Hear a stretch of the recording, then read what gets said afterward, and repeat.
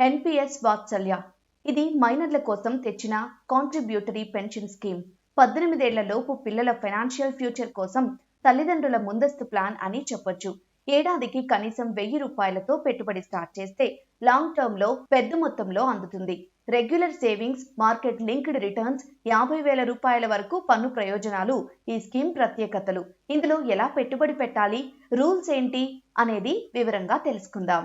ఈ స్కీమ్ లో చెల్లింపులు చాలా ఈజీగా ఉంటాయి.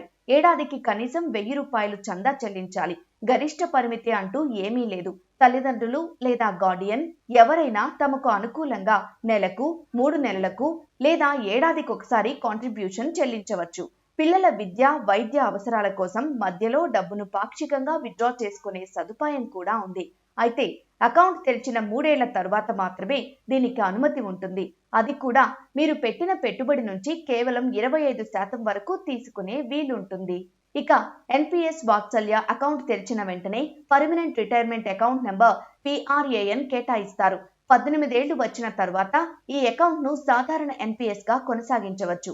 ఒకవేళ 18 ఏళ్లు నిండగానే స్కీమ్ నుంచి పూర్తిగా బయటకు వచ్చేయాలి అనుకుంటే మాత్రం ఒక కఠినమైన రూల్ ఉంది.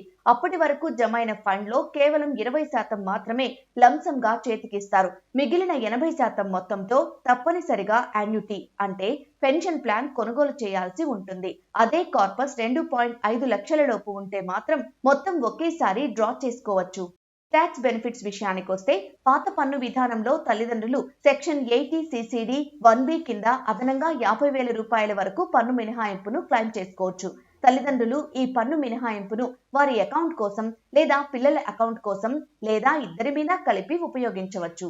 ఈ స్కీమ్ ప్రయోజనాలను ఇప్పుడు ఓ ఉదాహరణతో చూద్దాం. మహేష్ అనే వ్యక్తికి పుట్టినప్పటి నుంచి ఈ స్కీమ్ లో నెలకు 5,000 రూపాయల చొప్పున పొదుపు చేశారు. అలా 22 ఏళ్లు కొనసాగించారు.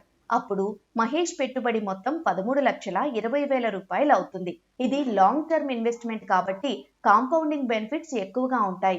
సగటున 12% రాబడి అంచనా వేసుకున్న మహేష్ కు 59 లక్షల కార్పస్ అందుతుంది. ఇందులో ఆయనకు వడ్డీ ద్వారా వచ్చిన మొత్తం దాదాపు 46 లక్షల రూపాయలు.